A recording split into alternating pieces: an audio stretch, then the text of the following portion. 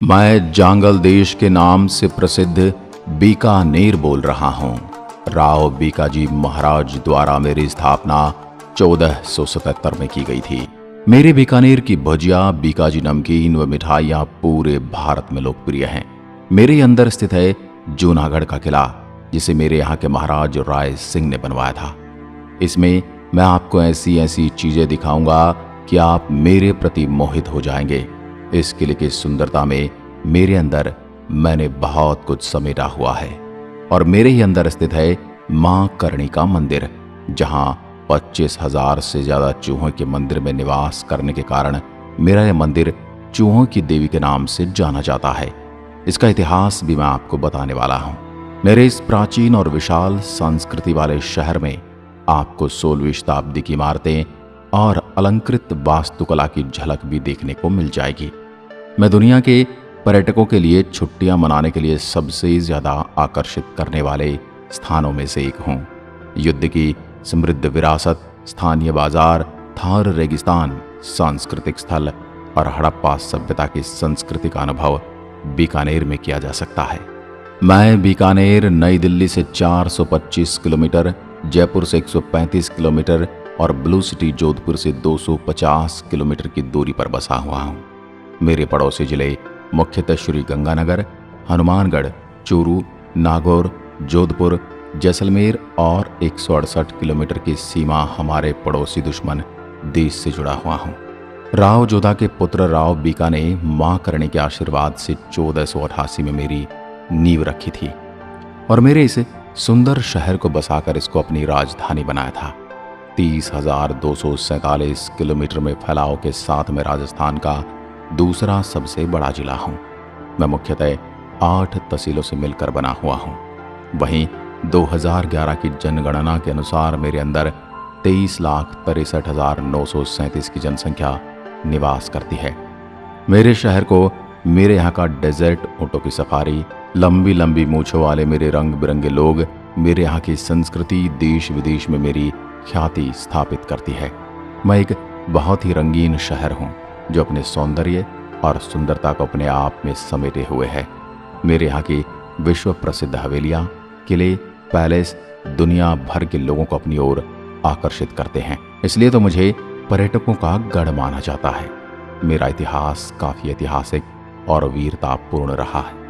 मेरे यहाँ के पुरुषों की पोशाक लंबा अंगरखा, धोती, जब्बा जिसे मारवाड़ी भाषा में जावी भी बोला जाता है, और राजस्थानी पगड़ी है। वहीं मेरे यहाँ की माताओं बहनों की बात करूं तो सूती लहंगा, चोली और दुपट्टे के साथ हाथ में बाहों तक रिंगे पहने आकर्षक लगती हैं। मेरे यहाँ की बोली जाने वाली भाषा मुख्यतः मारवाड़ी है, जो राजपूतों द्वारा बोली जाने वाली मुख्यतः भाषा है। लेकिन आजकल पर्यटकों को घुमाने और सरकारी अमूमन रूप से हिंदी और अंग्रेजी भाषा का प्रयोग ज्यादा किया जाता है। आज मैं आपको सीधे लिए चलता हूँ बीकानेर के पर्यटक स्थलों के दर्शन करवाने। सबसे पहले आपको लिए चलता हूँ राती घाटी। प्राचीन समय में मुझे राती घाटी के नाम से जाना जाता था। राव बीका ने अपने लिए एक टीले पर एक छोटा सा किला बनवाया था। मेरे इस किले को बीका की टेकरी भी कहा जाता है, जहाँ वर्तमान में श्री लक्ष्मीनाथ मंदिर परिसर के सामने ही गणेश जी का मंदिर भी स्थित है। 1488 ईस्वी में राती घाटी नामक स्थान पर बीकानेर की स्थापना पर उसे अपनी राजधानी बनाया गया। राव बीकाजी की छतरी पर राती घाटी विजय दिवस लोक उत्सव के रूप में मनाया जाता है। भारत की स्वतंत्रता के बाद 30 मार्च 1949 को राजस्थान एकीकरण के चौथे चरण के तहत मेरी रियासत को राजस्थान में लिया गया। अब चलते हैं जूनागढ़ के किले की ओर। मेरे यहाँ इस किले को वास्तव में चिंतामणि किले और बीकानेर किले के नाम से भी जाना जाता है, और 20वीं शताब्दी के प्रारंभ में मेरे इस भव्य किले का नाम बदलकर जूनागढ़ रख दिया गया, क्योंकि 20वीं शताब्दी में किले में रहने वाले परिवार लालगढ़ महल में स्थानांतरित हुए थे। मेरे यहाँ किला राजस्थान के उन प्रमुख किलों में शामिल है जो पहाड़ की ऊंचाई पर नहीं बने हैं और मेरे मुख्य शहर से 1.5 किलोमीटर की दूरी पर स्थित हैं। मेरे इस किले का निर्माण बीकानेर के शासक राजा राय सिंह के प्रधान करणचंद की निगरानी में किया गया था। राजा राय सिंह ने 1571 से 1611 के समयकाल के बीच बीकानेर पर शासन किया था। मेरे इस किले पर कई बार देशी और विदेशी दुश्मनों ने आक्रमण किया, लेकिन कभी इसे कोई हासिल न कर सका। सिर्फ कामरान मिर्जा ने ही एक दिन के लिए इस पर नियंत्रण रखा था। कामरान मुगल बादशाह बाबर के दूसरे बेटे थे, जिन्होंने 1534 में बीकानेर पर आक्रमण किया था और उसके बाद मुझ पर राव जीत सिंह का शासन था। आज भी मेरा ये दुर्ग गर्व से अपने इतिहास को बयान करता है और कहता है, मुझे कभी कोई शासक हरा नहीं पाया।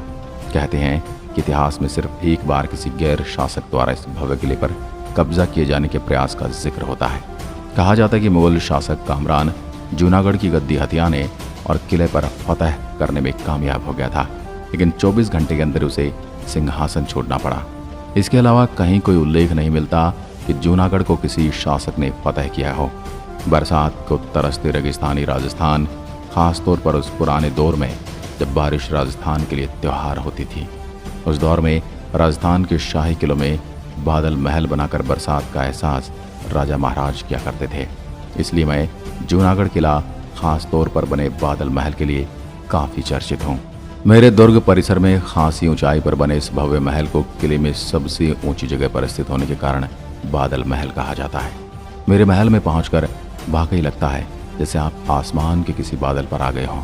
नीले रंग के बादलों से सजी दीवारें बरखा की फुहारों का एहसास दिलाती हैं। यहाँ बहने वाली ताज़ा हवा मेरे दर्शकों की सारी थकान दूर कर देती है। मेरे यहाँ किला पूरी तरह से थार रेगिस्तान के लाल बलुआ पत्थर से बना है, हालांकि इसके भीतर संगमरमर का काम किया गया है। मेरे इस सुंदर किले में देखने लायक कई शानदार चीजें हैं। यहाँ राजा की समृद्ध विरासत के साथ साथ उनकी हवेलियां और कई मंदिर भी हैं।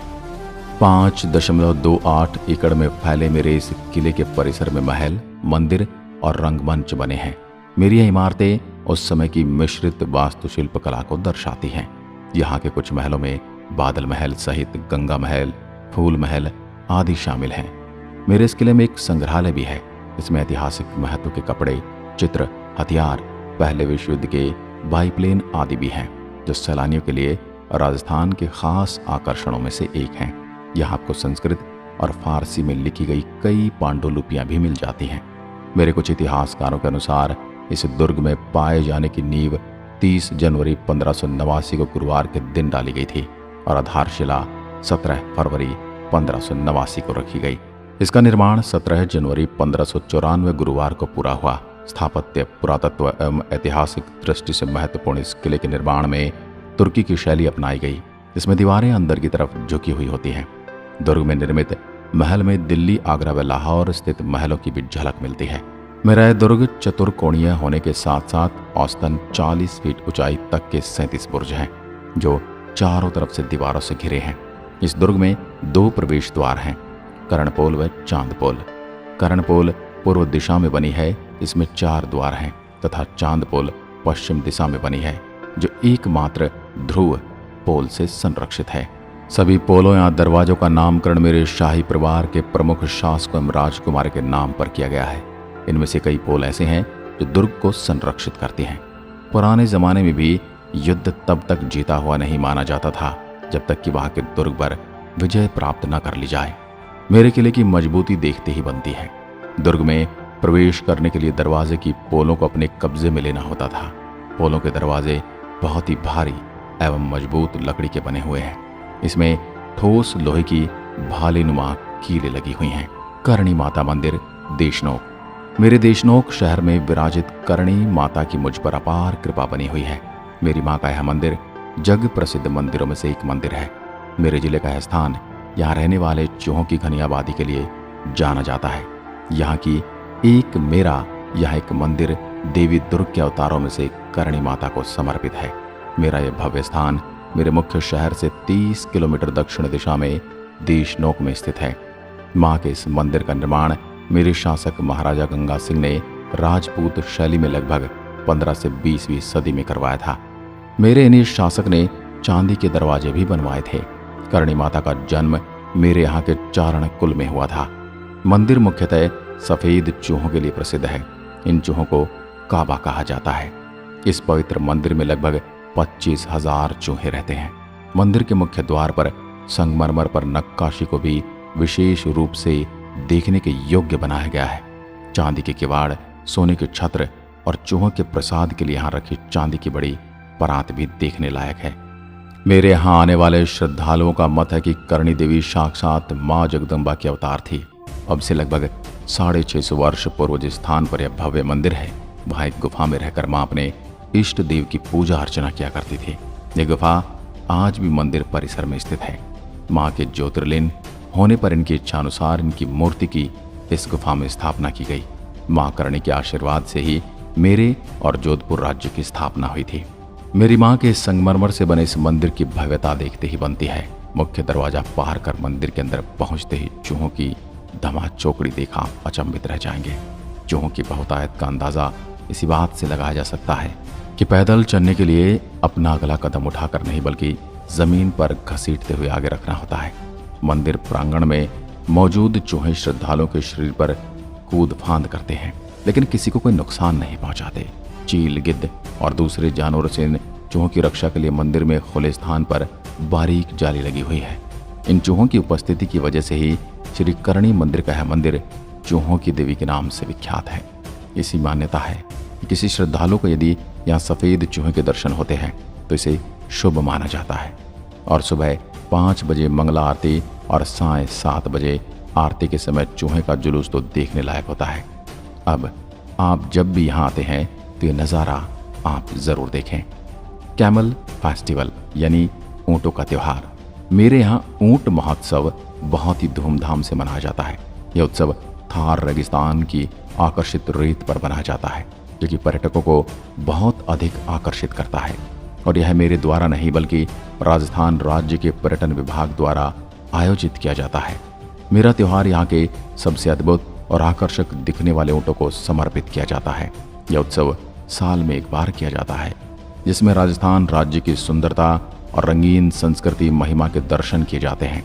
यहाँ के मेरे स्थानीय कलाकारों द्वारा प्रदर्शित किए जाने वाले लोक प्रदर्शन की रंगारंग प्रस्तुति देखने को मिलती है। उत्सव का शुभारंभ बड़े सुंदर ढंग से सजाए गई ऊँटों की दौड़ के साथ होता है। ऊँट व्यापारी और शिल्पकार ऊँटों के लिए सुंदर प्रतियोगिताओं का आयोजन करते हैं और जैसे सौंदर्य प्रतियोगिता, दौड़, सर्वश्रेष्ठ नस्ल प्रतियोगिता आदि का आयोजन यहाँ देखने को मिलता है। मेरे यहाँ विदेशी लोगों का भी तांता लगा रहता है। वो भी मेरे इस मेले का खूब आनंद उठाते हैं। आपको बता दूं, मेरा ये मेला 2 दिन के लिए सर्दियों के समय लगता है, जहाँ आप डेजर्ट कैंप, विलेज टूर और डेजर्ट डिनर का आनंद ले सकते हैं।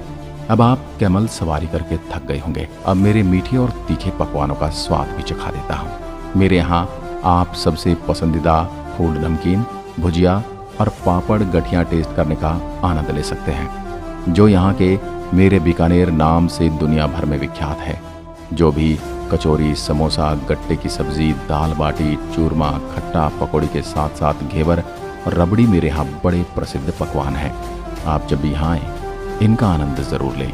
वादा है आप उंगलियां चाटते रह जाएंगे। बीकानेर भुजिया। वैसे तो मेरा शहर कई व्यंजनों के लिए पूरी दुनिया में प्रसिद्ध है, लेकिन यहाँ की भुजिया नमकीन मुझे एक अलग ही पहचान दिलाती है। मेरी स्वादिष्ट भुजिया का इतिहास करीबन 150 साल पुराना है। मेरी इस भुजिया की शुरुआत 1877 में महाराज डूंगर सिंह के शासनकाल में हुई थी। इसके बाद मेरे यहाँ इस भुजिया का स्वाद लोगों की जुबान पर ऐसा चढ़ा कि इसने मुझे भी इसके नाम से जोड़ दिया। मुझे इस बात की प्रसन्नता है कि आज मेरी ये संस्था पूरी दुनिया में लोगों को तकरीबन 20 लाख से ज़्यादा लोगों को रोजगार देती है। अब मैं आपको वापस ले चलता हूँ मेरे पर्यटन स्थलों की ओर। लक्ष्मी निवास पैलेस। हाल ही में निर्मित की गई लक्ष्मी निवास एक होटल है। मेरे इस होटल को मेरे पुराने लक्ष्मी निवास महल की तरह ही निर्मित किया गया है। लक्ष्मी निवास पैलेस मेरे शहर के बाहरी इलाके में बनाया गया होटल है। पैलेस के आगे पीछे सुंदर घास का मैदान है। यहाँ का शांत वातावरण शाही अनुभव का एहसास कराता है। आपको बता दूं, भरतपुर का सबसे बड़ा और आकर्षित केवला देव राष्ट्रीय उद्यान मेरे इस पैलेस से लगभग 2 किलोमीटर की दूरी पर स्थित है।